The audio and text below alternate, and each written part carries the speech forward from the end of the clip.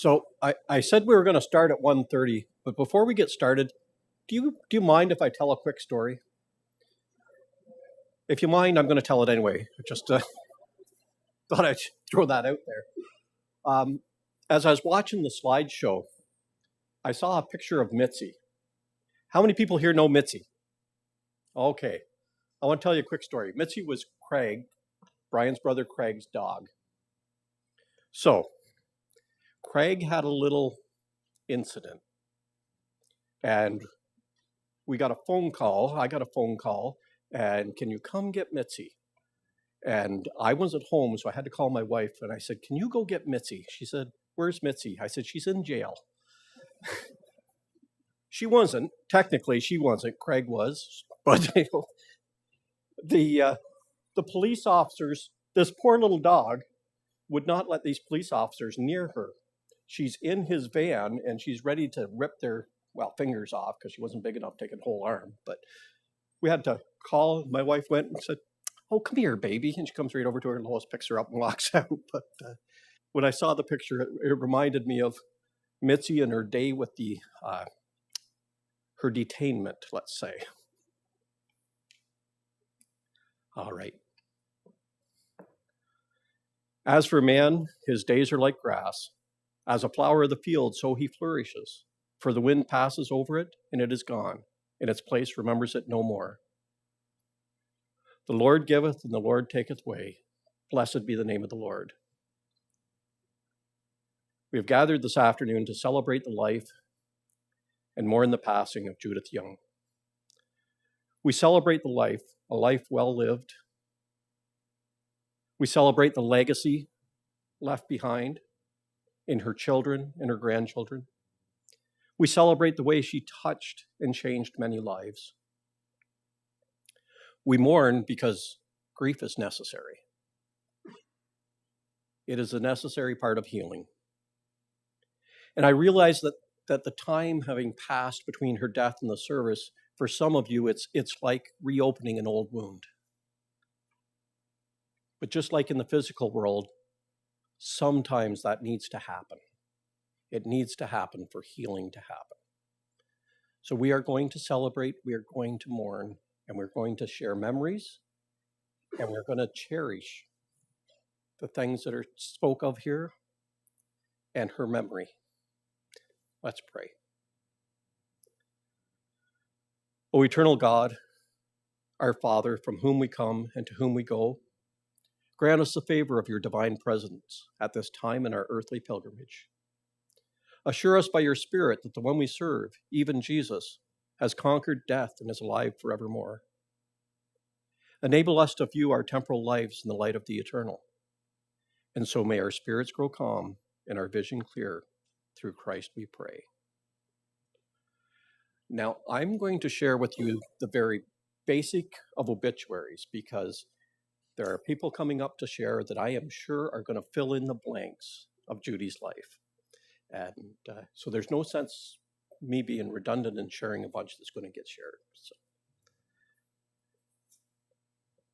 Born Judith Mary Ann Reed, May 5th, 1994, I'm going to pronounce this wrong. It's such a simple word to pronounce, but I keep getting it wrong. And I've lost it now. Conestoga. There you go. Ontario, to parents William and Selma Reed. Judy was one of 7 children. Is that correct? My math still works. I had to add up all the names. Judy was predeceased by her brothers Dennis and William Reed and her first husband, Christopher Young.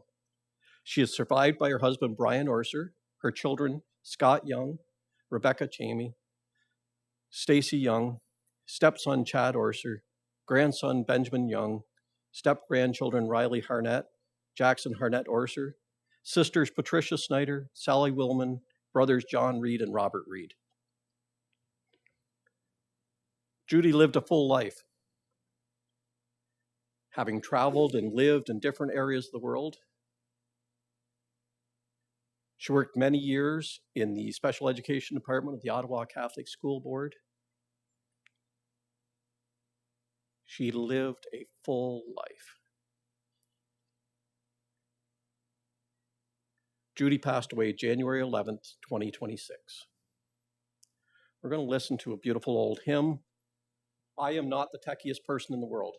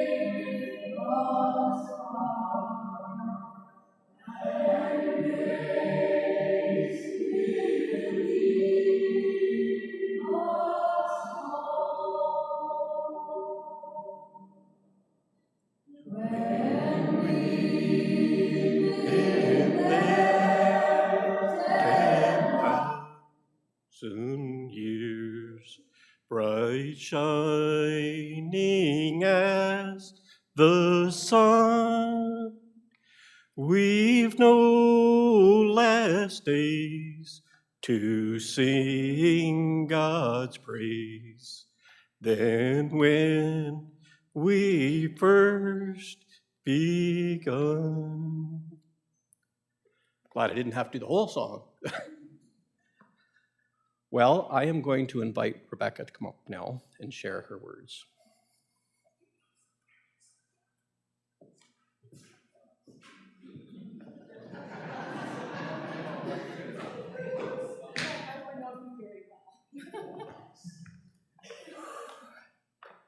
Sorry, I'm going to probably cry a lot. Just to let you know, this is a church we came to with the Reeds of Ottawa, Christmases, and actually all three of us came to nursery school here as well too, so it means a lot for us to be here today. So,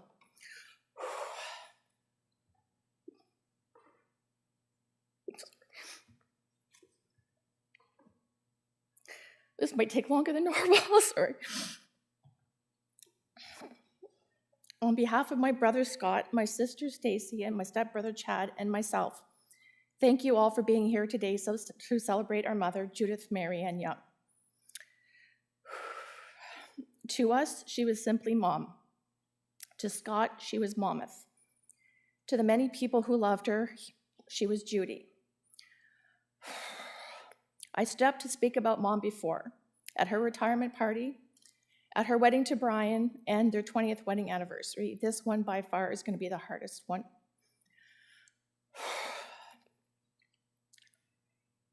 I am, sorry. Mom grew up in Conestoga, one of 7 children of Bill and Selma Reed, along with Zayed, her brothers Dennis, Bill, John, and Bob, and her sisters Patricia and Sally. There were really 2 Reed families in her world growing up. There were her parents and her siblings out of Southern Ontario in the Kitchener-Waterloo area, and then there were what we call the Ottawa Reeds, her cousin Jim and his wife Shirley, and their children Jennifer, Marnie, Andrew, and Lori, along with Uncle Bob and Aunt Doris, who are Jim's parents. We grew up with both sides. Weekend family dinners, Saturday hot dogs, cookies and Scotch mints, Christmases together. And Christmas dinners with the Southern Ontario Reeds were an event. You probably all know where I'm going with this one. There were pickle and olive fights across the table. And if you wanted a bun and it was at the far end, you didn't ask politely, you yelled airmail. And someone tossed it down from you. That was Mom's family. That was the household she came from, and it was the spirit she brought into ours.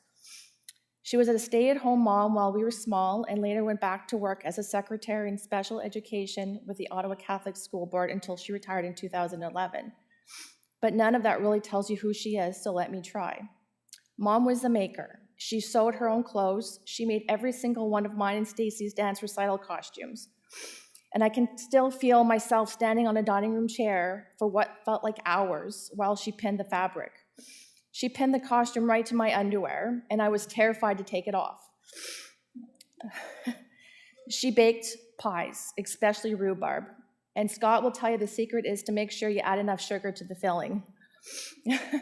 Aunt Doris's famous shortbread cookies at Christmas with the whole family at the table, everyone with a station. The tortilla on Christmas Eve, Mom taught Scott how to make pie dough from scratch, and he can still make it to this day. And she gardened. She loved her garden, and love passed down. Stacy's now a garden designer because of her. Mom loved the world, and she loved seeing it. In 1990, when her dad's work took us to Swansea, Wales for a year, Mom embraced every minute of it. She used that year as a base to explore Europe with us, adventures on the continent, holidays we still talk about. One of her absolute highlights was meeting Princess Diana when Diana came to Swansea for an event. Mom was completely taken with her. As it turned out, that wasn't her only royal encounter. Years later, back home in Ottawa, she waved at Princess Diana again on Riverside Drive, just a block from Riverside United. And later still, when Stacy was dating a ceremonial guard, Mom and Brian and Stacy got to meet the Queen at the Governor's General Estate. She loved that. She woke up early as kids to watch Charles and Diana getting married, and decades later, we sat around the cottage in our crowns and robes, with champagne and crumpets, watching Kate and William, and then Harry and Meghan. Thank you, Jen, for the crowns. Mom's other great passion was genealogy. She wanted to know where we came from. In 1988, she dragged the whole family across the country in her station wagon to meet relatives in the prairies, and then on to visit the Sheldons in Alberta.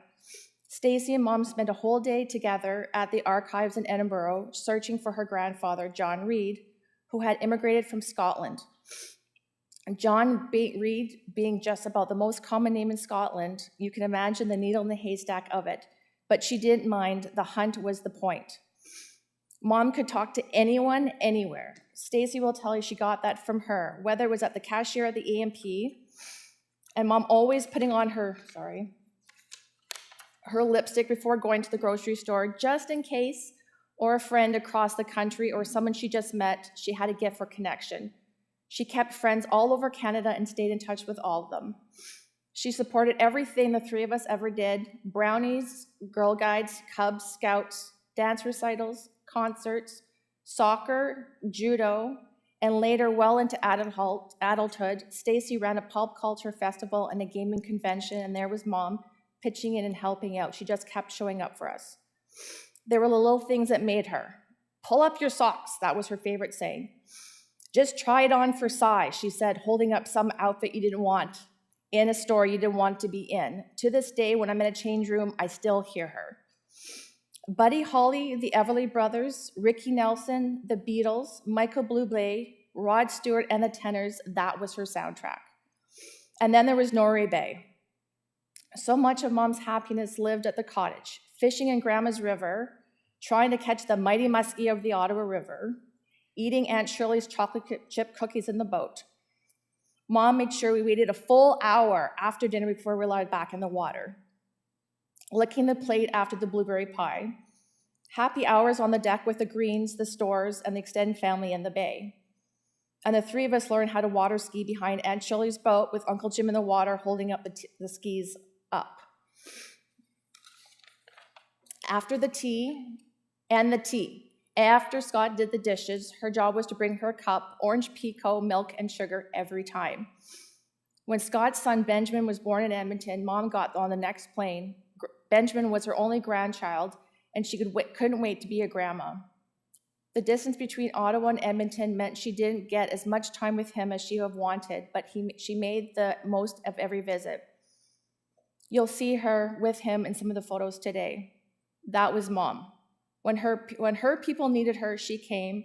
When Scott was in his second year of his MBA, she called him one morning and said, "Mom, I had a dream you needed some money." That was Mom. She just knew. And then there was Brian. When Brian came into Mom's life, he gave her a whole second chapter. 20 plus years of marriage, a home together, travel, their life in Perth, and through Brian, Chad, and Jennifer, and Riley and Jackson. Brian, on behalf of the three of us, thank you for loving her the way you did and taking such good care of her to the very end. Mom and I were very close.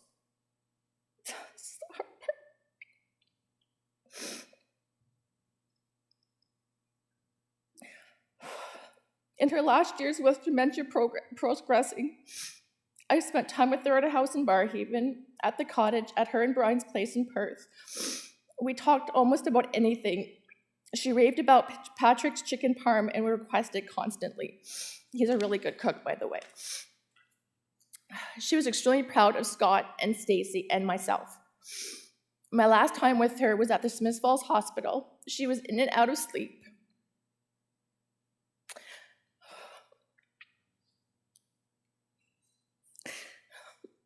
I gave her a big hug and I told her I loved her very much. And she said, "I love you too." Those were her last words to me. Mommy, you were our cheerleader. You looked out for us. You were the one we called. You were proud of us, and we were so proud to have been yours. Even now, when I hear someone in the crowd call out the name Judy, I turn my head and I look for you.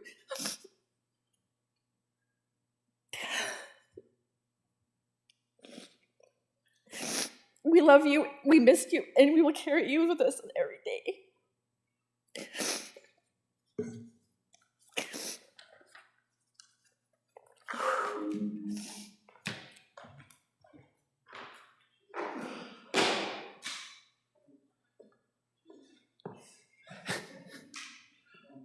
Thanks, Rebecca. Now we're going to invite Brian up to share.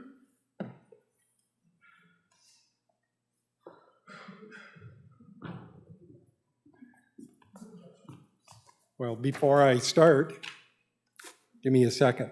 I'm going to need this, definitely.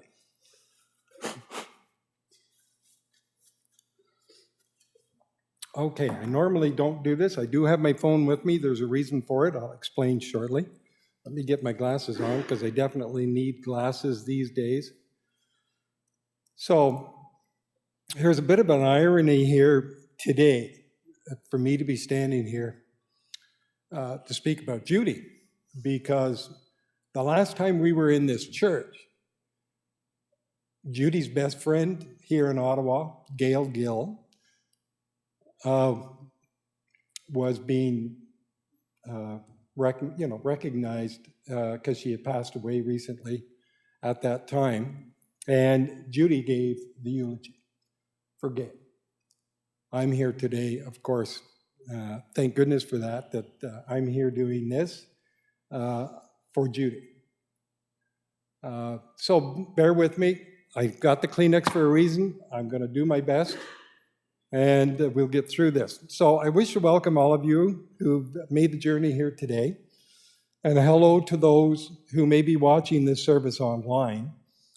I wish to make special mention to two dear friends who are watching this service today from Hamburg, Germany. This would be Gail's daughter, Carolee, and her daughter, her amazing daughter, Clara, who touched our hearts in such a special way when they visited us a few short years ago. Also, we've got Anne and Martin Seagrove, who are watching today from Swansea, Wales, and who Judy has been friends with since her time living in Wales, United Kingdom. I have to recognize those who were and are so incredibly important in our lives together, including our amazing friends and neighbors over the years, as well as those in Norway Bay. Unfortunately, we only have so much time today, and like at the Oscars, I wouldn't like the music to play me off the stage. You know who you are. I am so eternally grateful to have shared your love for Judy and me. So I'm going to try to get through this eulogy today, but there may be a couple of hiccups along the way. In that case, I may need some help, so I've asked my brother Gary to stand by to assist me in case I need it. Judy and I always marveled at our blessings throughout our life together. And I want to share some of those blessings with you today. I want to celebrate our lives together with some insight into how Judy influenced my life and those of others in an incredibly positive way, and how our journey together became a love story for the ages. So, how do you tell a love story in just 3 words? Well, it's quite easy. Judy and Brian. That's all you need to say. I met Judy for the first time in 1988 after the Pay Equity Act was passed in Canada in 1987. I was then Chief Shop Steward for the Employees Association of Ottawa Carleton, and I had been chosen by our union at the Ottawa Catholic School Board to explain what pay equity meant for our rank and file members represented by the union. So after a period of training, I was given an office at the school board, and members were encouraged to call me and make an appointment if they had any questions about pay equity. One of my first appointments I had was for a secretary by the name of Judy Hung, who worked at the school board office in student services. Judy was a delight to speak to, and she was most curious as to what pay equity meant for her as an employee of the board. Little did I know that I would meet Judy again when she was brought on to our negotiating team after a year by her good friend Carol Rutledge, who was then president of the union. Judy was an immediate fit with our team and was able to pick up the little nuances of negotiating a collective agreement on behalf of the members. I too was learning the ropes, so we learned together and fed different ideas off each other all the time. Judy eventually became a member of our union executive board as the secretary-treasurer, and boy, was she good. Judy's notes for any of our meetings were taken with such accuracy that when you read them, it was like you had been standing or sitting in the meeting. How blessed were we at the union. Over the next few years, when our own strained marriages had collapsed, Judy and I both decided to leave those marriages going separate ways at the time. However, we realized that our working relationship in the union had evolved during that time, and we eventually faced the fact that we wanted to be together as a couple. The stars finally aligned, and we eventually decided to move in together in August 1994. We enjoyed being together all the time, traveling quite a bit, or just going to Canadian Tire store on a Saturday morning. In fact, when others commented about us being together all the time, we both just said that we were joined at the hip with Bellgirl.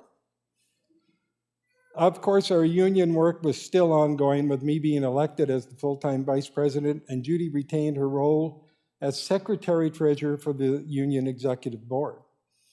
I mentioned earlier about how good Judy's role as the secretary was, but she was also a tough-as-nails treasurer, too. She would always say that if you don't have a receipt for an expense, then you get none. Nothing.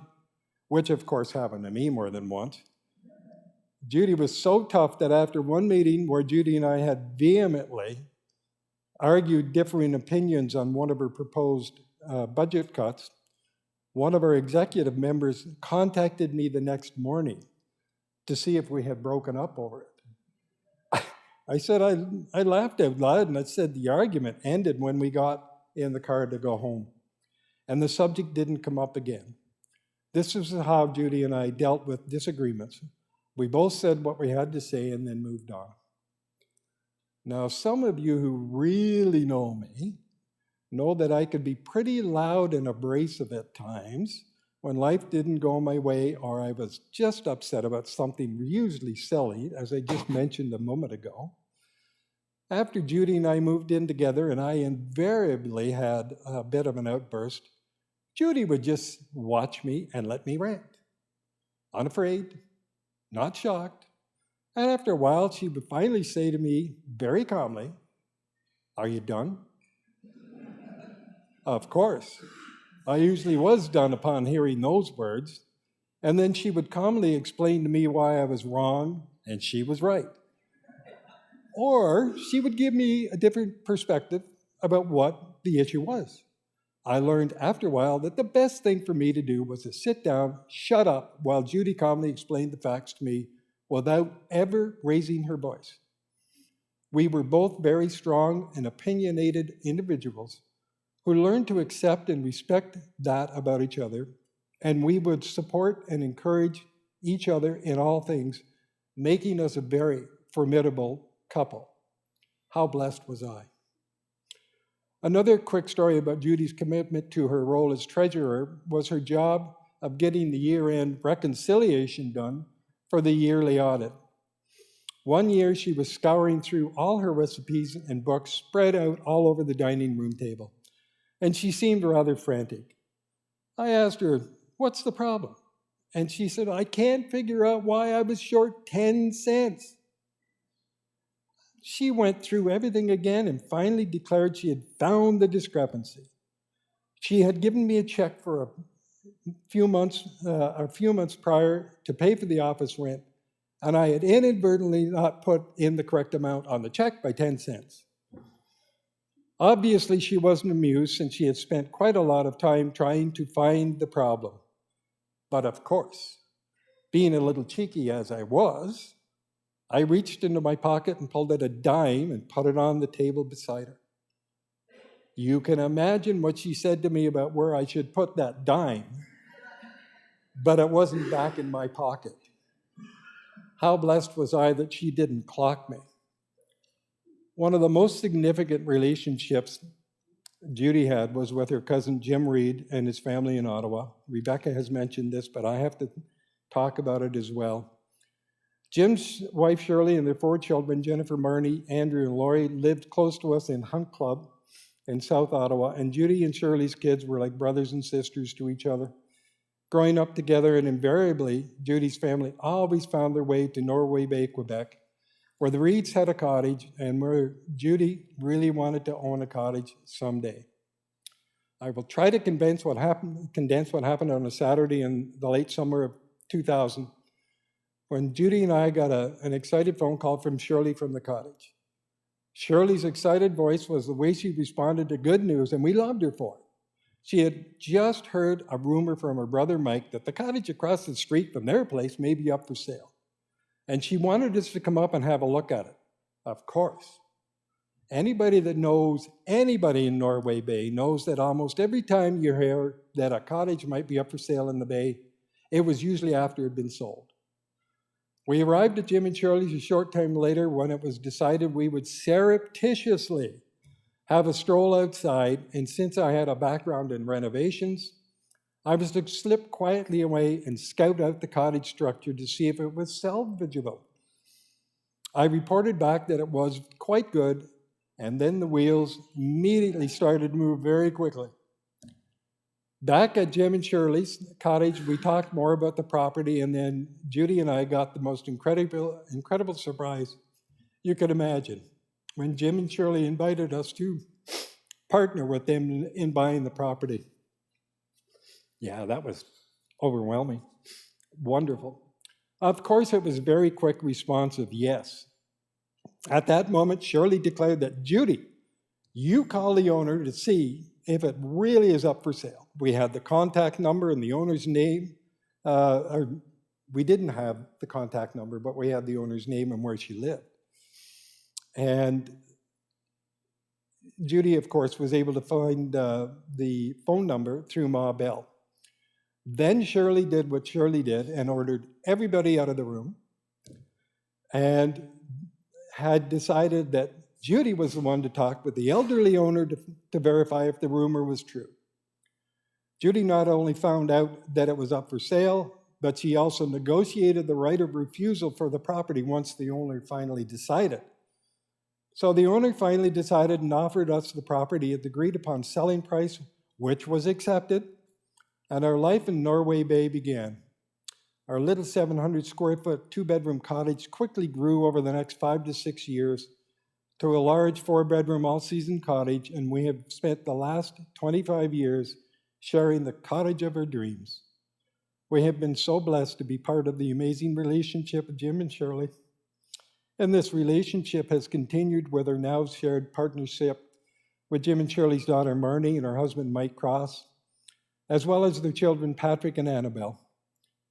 However, it is with deep regret and sadness that I have to share that Jim passed away way too early in 2008, and Shirley has just left us on March 17th of this year.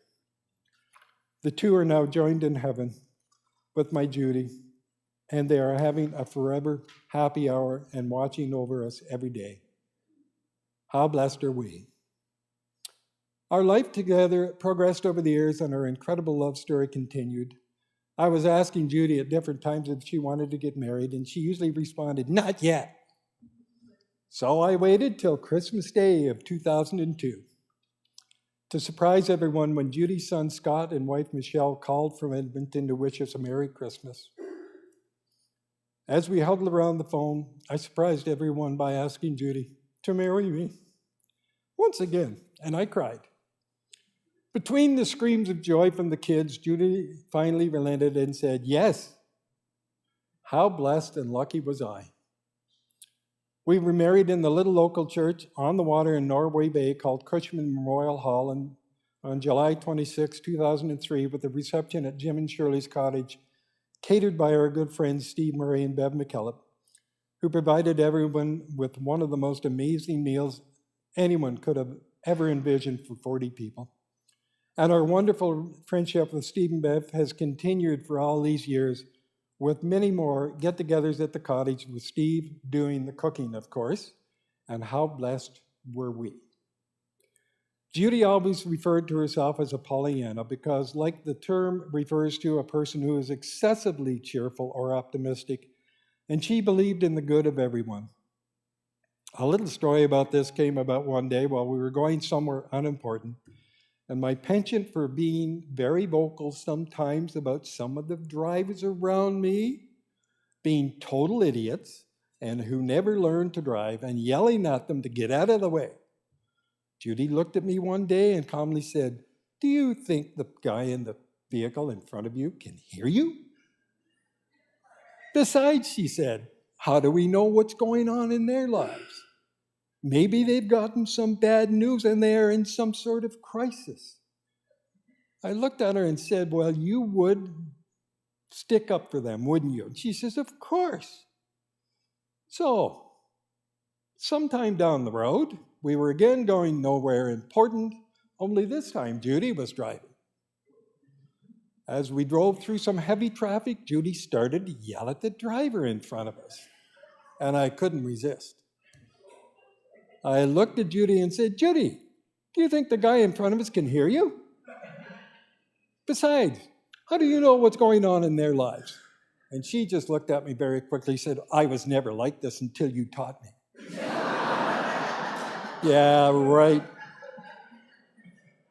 Of course, we both laughed, but to this day, her initial response to situations was to look at others from a different perspective other than just mine, and it helped me in my life more than she or I probably ever knew.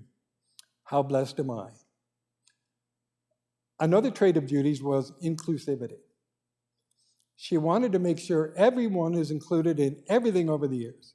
If we had new visitors over the holidays or other special events, she made sure they were included in the festivities, and if there were presents to be given out, she made sure the visitors had presents too. This wonderful attitude of inclusivity of Judy's rubbed off on many, including me, over the years. And again, how blessed was I? Another story I want to speak to, I know I've got a bunch of them, and I've pared it down, by the way. I really wanted to showcase something of Judy and who she was, and that was her employment history and what became her niche and her working life in many ways. As it happens, when Judy and then husband Chris moved from Boston to Syracuse, New York in the early 70s, Judy was hired as secretary to the director of the Onondaga Center for the Mentally Retarded. as it was referred to in those days. Upon returning to Ottawa a couple of years later, Judy once again found employment at the Ottawa District Association for the Mentally Retarded as the program secretary. She recounted many wonderful times being involved with the children under their care and how fulfilling it was to her during that time. Eventually, this program was taken over by the Ottawa Catholic School Board in the mid-'80s, where Judy was hired to be the secretary to the Dependently Handicapped program, and her position was retitled as the administrative assistant to the coordinator of student services. Since this program had several so-called satellite classes at different locations across the board, Judy's office could also be itinerant during those times too, and they ended up at one of those sites at T.D. McGee Elementary School in the east end of Ottawa. Judy would come home some days after work to tell me that she had the chance to visit the class at lunchtime and help feeding or interacting with those precious special needs children, and how amazing it was for her to do that. She was even allowed to attend a special day once a year when the children in the program were treated to a day in the swimming pool. And Judy's work clothes really consisted of a bathing suit. Judy was relied upon to arrange transportation for the students, as well as many other duties within the department, and she was the go-to person by many across the board whenever there was some kind of issue within the program. Her ever-present love and dedication to these children, their families, and her job was obvious to everyone. On the day of her retirement party in 2011, held at the school board offices, Judy's colleagues, friends, and family packed the room to pay tribute to an incredible person who was celebrating over 26 years at the school board. I was so proud of her. How blessed was she? My nose just keeps running. Sorry, I apologize. Judy had many friends in her life before me, and one of her dearest friends was Bill and Mary Sheldon. As I recall, how Judy met Mary is not what Mary remembers, and that's why I wanted to bring my phone up and just have a look, because I received this message just coming here today about what Mary said, how they met the first time. It wasn't exactly as I remembered, and this is great. And she says, Mary said that they had just moved to Ottawa into a townhouse near the unit where Judy lived, which was just over here in South Ottawa in Hunt Club. And she was walking by carrying Tess and Claire, who were both babies, her babies, and Judy was standing in the doorway with Rebecca, about to be born, and Scott clinging to her knee. She was waving to me and called me over with her characteristic sparkle and friendliness. We were friends from then on. What a beautiful soul she always was. So when Bill and Mary moved to Edmonton, and settled in and raised their kids, they honored Judy by naming her godmother to all 7 of Bill and Mary's children, 2 of which are here today. And I know that Mary's watching online on the streaming. And when I was blessed to be part of their lives as well through Judy. And we met with them many times at Bill and Mary's house, or we would go out for dinner somewhere. Judy and I also attended many weddings, celebrations as the honored guests over the years, as the children got married. Unfortunately, Mary lost her dear husband, Bill, on December 27th of this past year, just a couple of weeks before my Judy passed. And we know that Bill and Judy will be watching over us from above. How blessed are we, and am I, to have such incredible friends. So, in keeping with this, I want to talk about her passions, some of her passions, and Rebecca has already covered part of the stuff, but Judy had several passions in life, but none more important than her children, Scott, Rebecca, and Stacy, and including my son, Chad. I also don't want to overlook her grandchildren, Benjamin, Riley, and Jackson. She always championed their respective causes and their successes, and she was always there to comfort them when life didn't always go the way they planned. Her unabashed love and pride for them was ever present, and Judy was always looking out for them, always quick to support and advise them when they asked as they made their way through their lives, each of them finding success in their own unique ways. How blessed were they? One of Judy's other loves was her passion for genealogy and her family roots, and I know Rebecca's spoken about that, but all I can say about that is I have got more files and notes and papers on her research over the years that it's going to be hard to put together, but I've still got it, and it's going to stay in the family because there are people within the family, kids and things that want to do more research, and that's what's going to be handed down for them. Thank you, Judy. Amazing. So as time marched on, I was elected president of a new trade union local at the school board in 2010, and as part of my duties, I would occasionally have to send out notices to the union members. Since I needed to word everything correctly, I would compose the announcement first, and because Judy had developed impeccable writing skills over the years, I would give it to her to proofread, make any required changes, and once that was done, I would send it out to the members. After I retired from the school board and the union presidency in 2015, my friend Kevin Porter took over the union presidency. And of course, he would always consult me about messages he would like to send out to the members. Of course, I just would pass it along to Judy for her to look over and then send back to Kevin. After this happened a few times, Kevin started to refer to the message as Judy approved. Judy loved still being involved, and she loved us referring to the message as Judy approved. As we can all attest to, Canada entered the worldwide pandemic of COVID-19 in 2020, and because of our ages, Judy and I obviously decided to follow millions of people worldwide who had decided to get our COVID shots. But in early January 22, we both contracted COVID. I was the lucky one as I developed a cough, but Judy was hospitalized, and after a couple of days, she was losing ground very quickly as her oxygen levels dropped dramatically. The doctors were extremely concerned and told us that we had to say our goodbyes, since they didn't think that she was going to make it. We both looked at each other, and I said, I don't believe this. And as Judy teared up, she just said to me, don't get me started. Then Judy did what Judy always did and got down to business, telling me to check the filing cabinet for a will and who to contact if she didn't make it.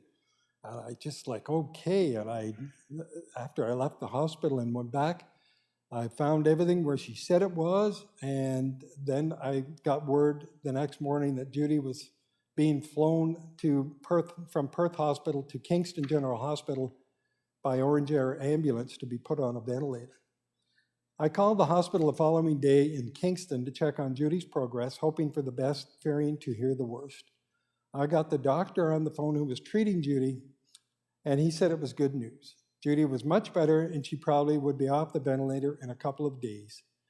Judy eventually was returned to the Perth Hospital, where she stayed, recovering for almost a month before finally being sent home in early February of 22. How blessed were we that she survived where thousands didn't. We really cherished our time together even more after that day, but this healthcare scare prevented her from getting back to where she had been prior to COVID. It was also discovered that a CT scan that Judy had, that she had suffered a mini stroke, which started to affect her speech patterns. The talks we used to enjoy so much between each other they were affected. But Judy persevered and was able to overcome enough that she could still read newspapers and books, and we could still have great family visits with friends, and how blessed were we. Despite these setbacks, we were still able to take weekend road trips to visit her family in Southern Ontario many times, and we even did 2 major road trips to Nova Scotia in 24, as well as this past June of 25 to visit with my son Chad and his wife Jennifer and their son Jackson, who were making plans to move there permanently. Tied into the visit, both times was time spent with my brother Gary, who had moved there as well after buying a home. Judy was an incredible traveler, and each of those trips were wonderful for the two of us to be able to do again, and it was shades of our younger years when our mutual love for travel together was evident.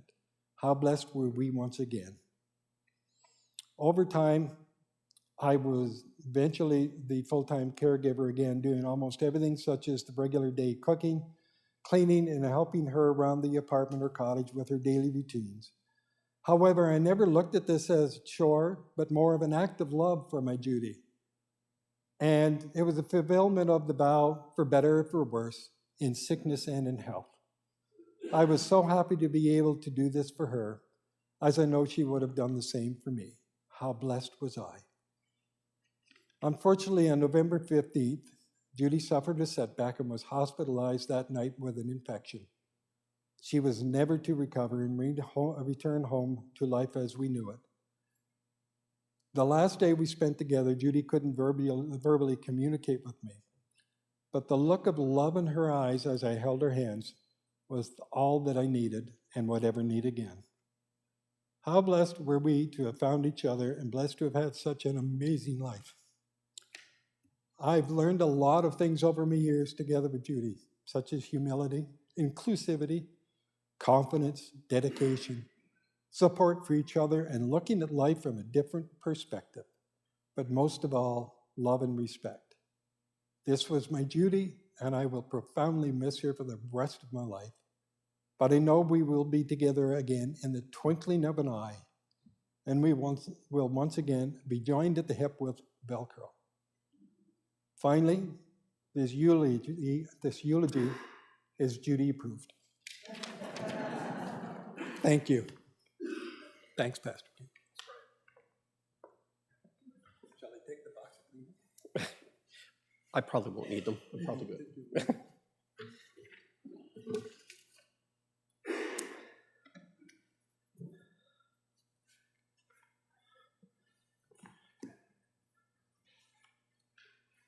This is a psalm that I thought of when I thought of Judy.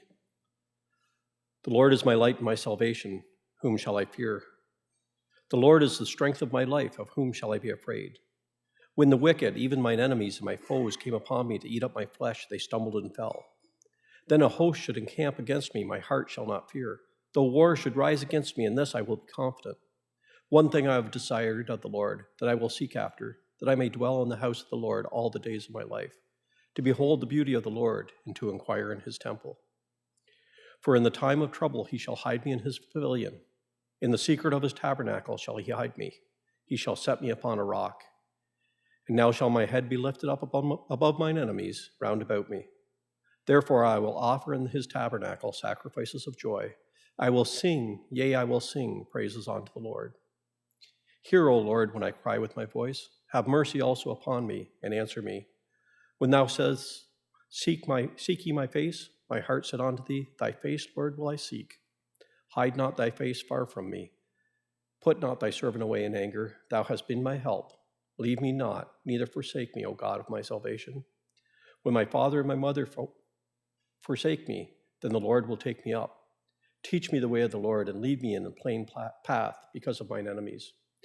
Deliver me not over unto the will of mine enemies, for false witnesses are risen up against me, and such as breathe out cruelty. I had fainted unless I had believed to see the goodness of the Lord in the land of the living. Wait on the Lord, be of good courage, and he shall strengthen thine heart. Wait, I say, on the Lord. Well, Bruce has put together a slideshow for us, so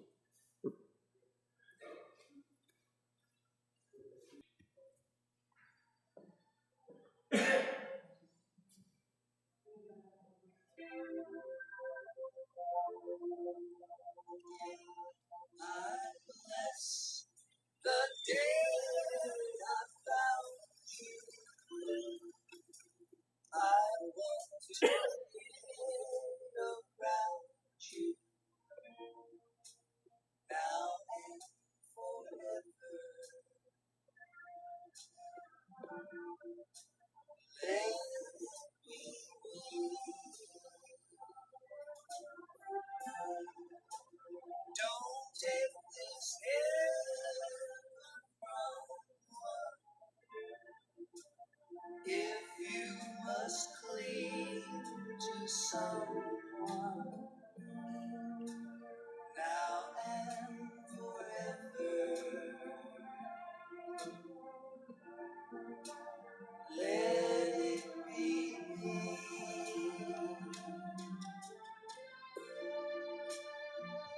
When I'm with you, love, I find complete love. Without your sweet love,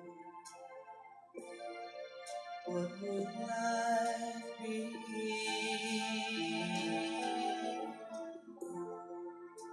So never leave me lonely.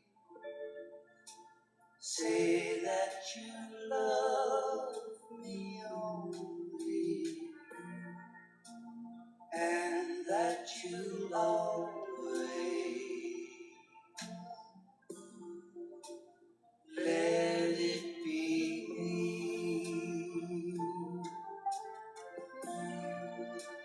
When I'm with you, love, I find complete love. Without your sweet love, what would life be?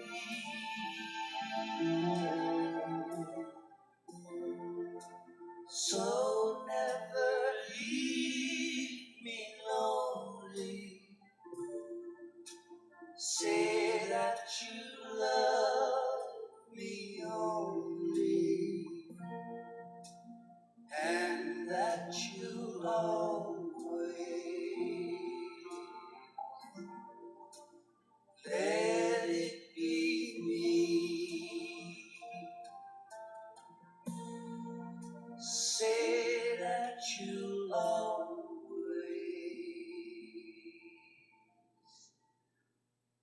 let it be me.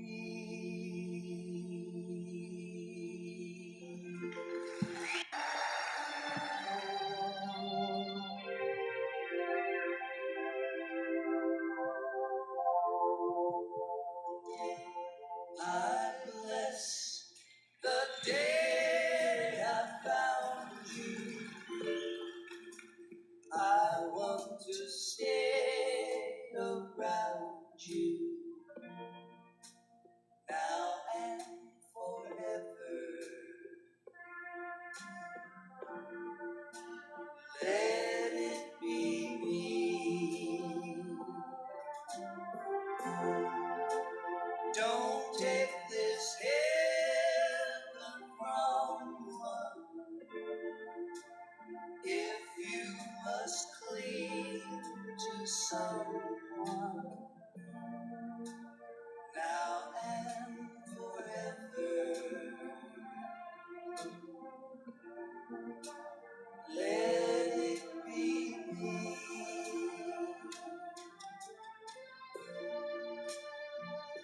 When I'm with you, love, I find complete love. Without your sweet love, what would life be?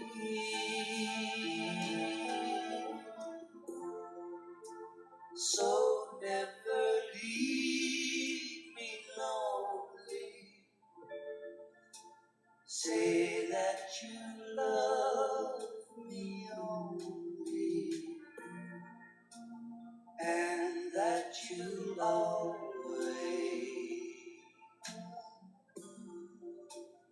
let it be me.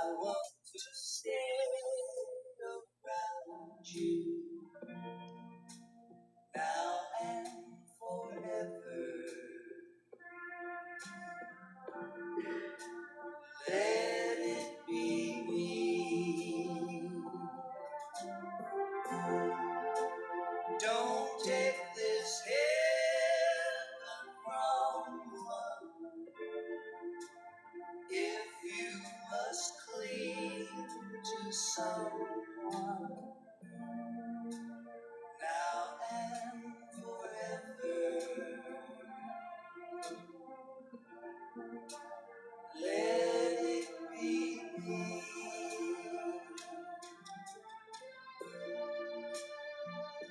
When I'm with you, love, I find complete love.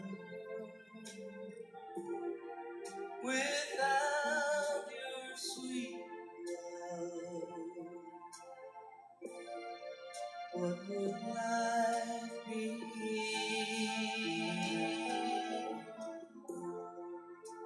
So never leave me lonely. Say that you love me only, and that you'll always let it be me. When I'm with you, love, I find complete love. Without your sweet love, what would life be?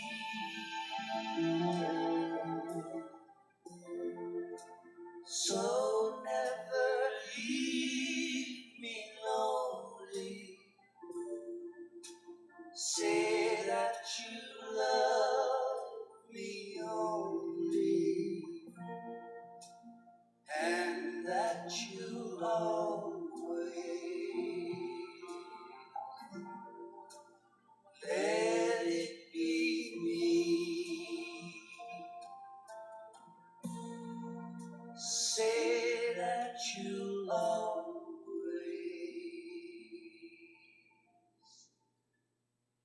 let it be me.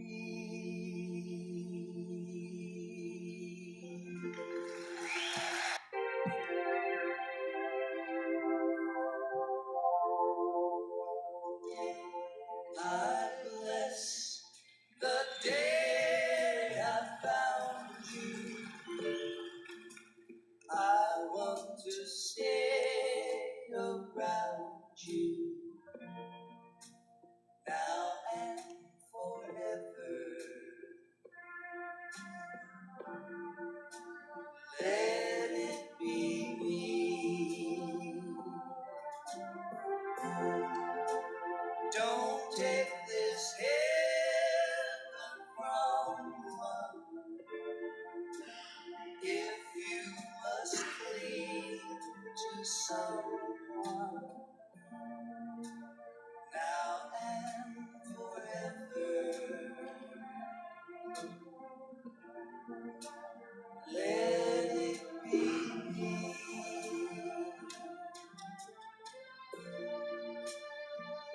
When I'm with you, love,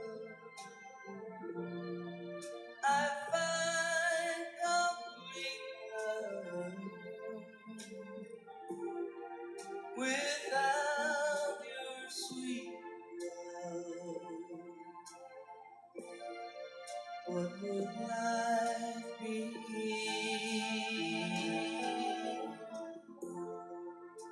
So never leave me lonely.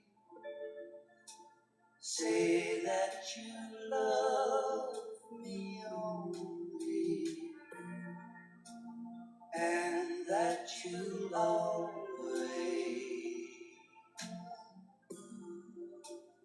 let it be me. When I'm with you, love, I find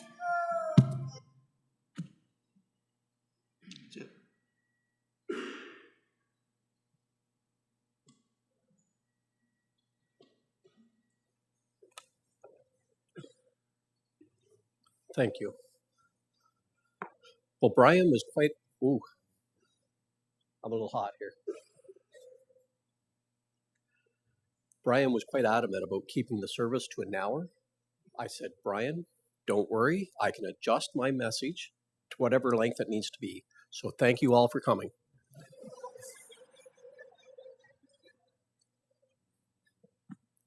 Too bad. I drove 2.5 hours. You're getting the message.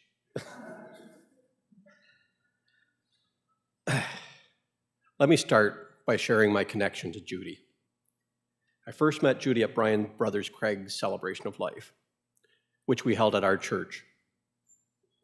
After the service was over and the luncheon happened, Judy came up to me, laid her hand on my arm, and in that soft voice of hers, she said, "You have a beautiful church."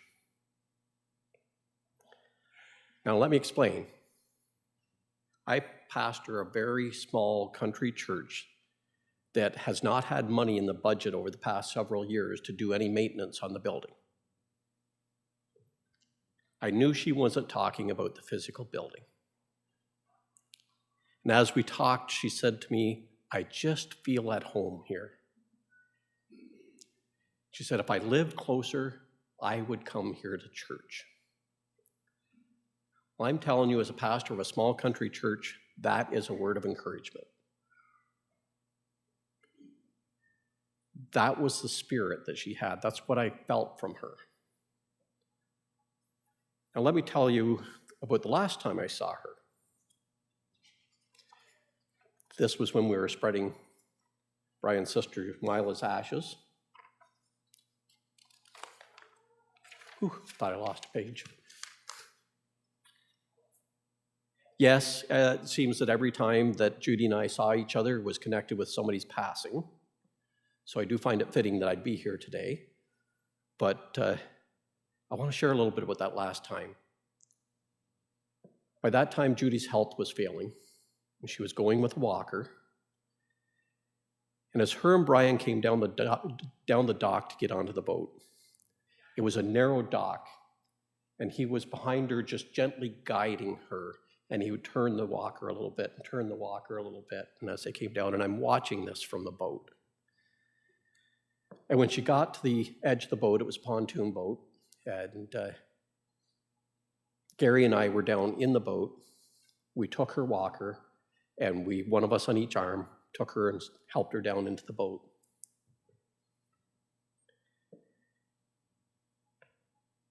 And she looked around at the three of us. And she said, "I feel so special to have all three of you men looking after me." But I'm going to tell you, when she looked at me, and I'm kind of sure Gary would feel the same way. When she looked at us in that moment, I was the one that felt special. She just had that about her, to make you feel important, to make you feel special.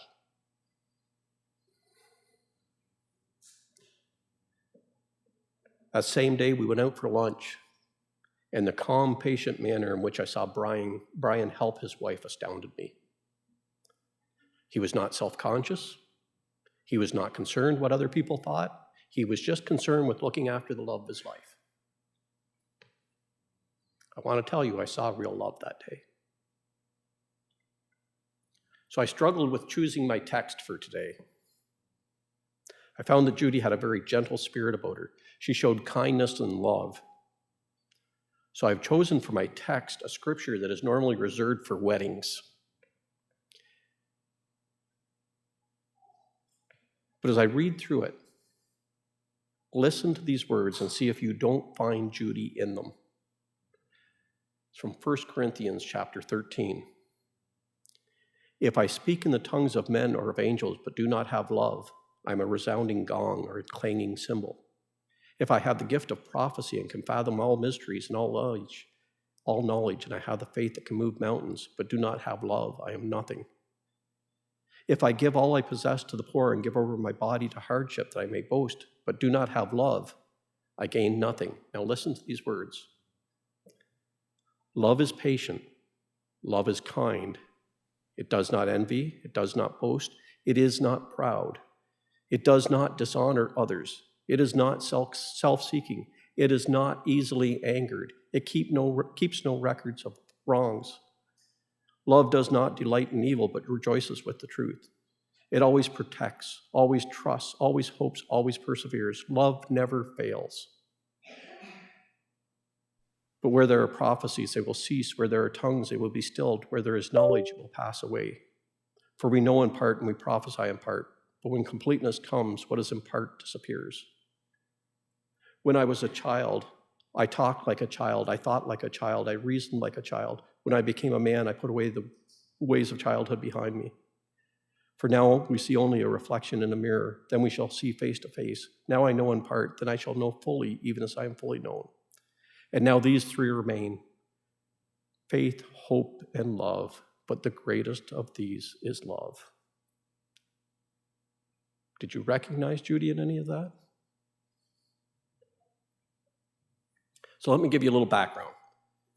Paul is speaking to the church at Corinth. This is not a romantic love he's talking about. And if you study Paul's letters, he describes God as love. So what he is saying is to be Christ-like or God-like is to have love. To go a little further, in the King James Version, it translates the word charity instead of love, which actually means love in action.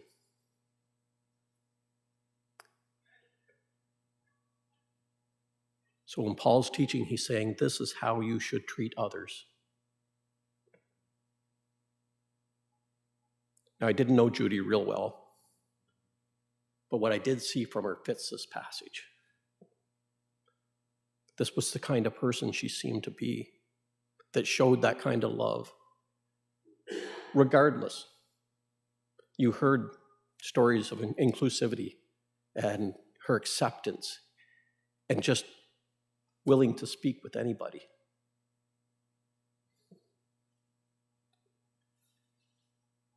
In another passage, Paul uses these words: but the fruit of the Spirit is love, joy, peace, patience, kindness, goodness, faithfulness, gentleness, and self-control. Once again, I ask you, do you recognize Judy in any of that?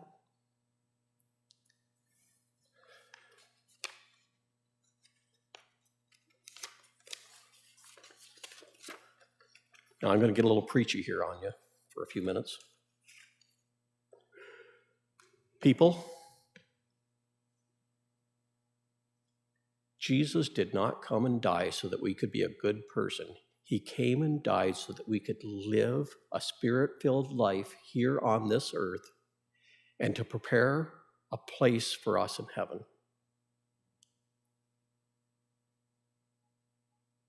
How do I know this? By his own words. He said, I go to prepare a place for you. And when Thomas questioned him, he said, I am the way, the truth, and the life. No one comes to the Father but by me. Now, by the testimony I've heard here today, Judy has gone on to her reward. But what about you? Are you living life by the example that she set?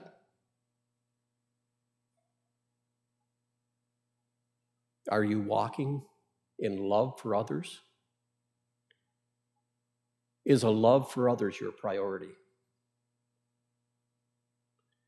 We live in a world today that tells us self is the most important. Me, what can I gain? What can I get? What can I have? And in this strange world, every once in a while, you meet a Judy, whose first question is, you, what do you need? How can I help you? What can I do for you? How can I serve you? It's a rarity, people. I'm telling you, that's a rarity.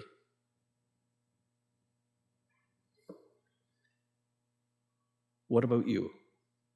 Are you willing and wanting to go on to a heavenly reward? See, people like Judy, they reveal Christ to us in their lives. What will your testimony be?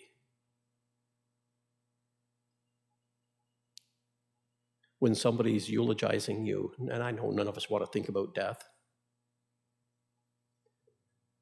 Second largest fear out there. The first one is public speaking. So thank you, Rebecca and Brian.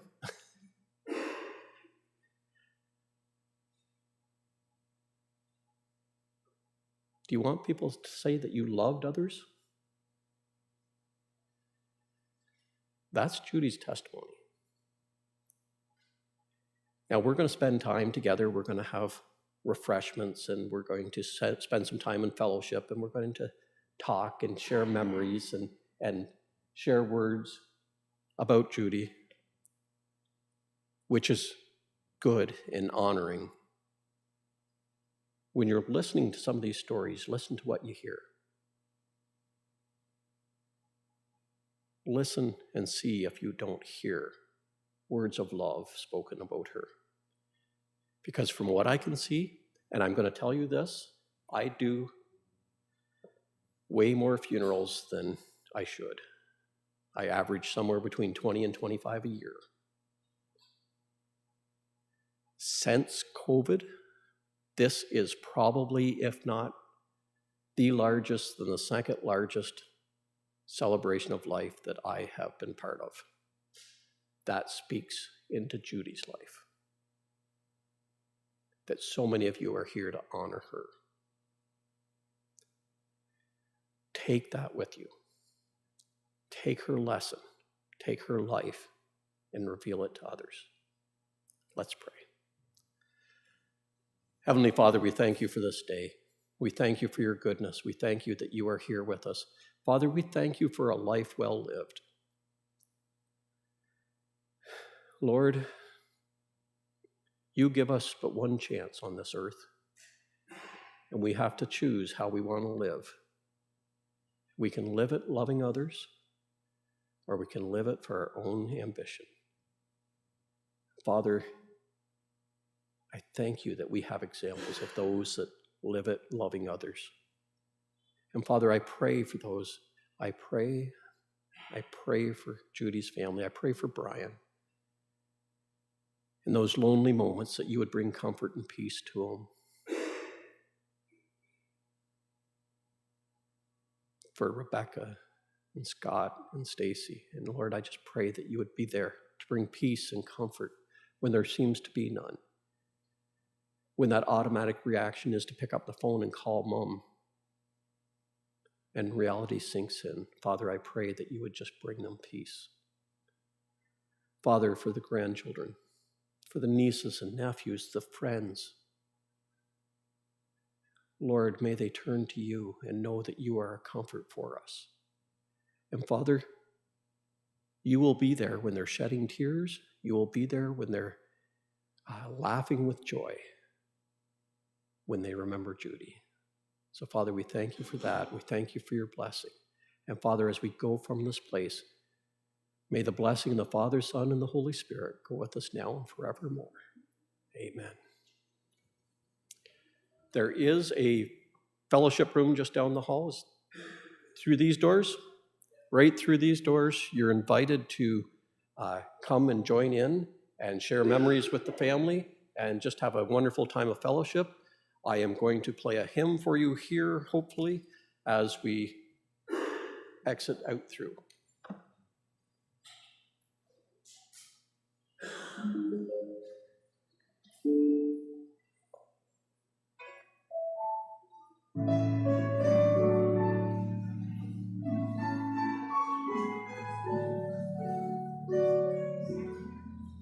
Sweet hour of prayer, sweet hour of prayer that calls me from a world of tears, bids me at my Father's throne, where we long and wishes new. In seasons of my soul has often found relief,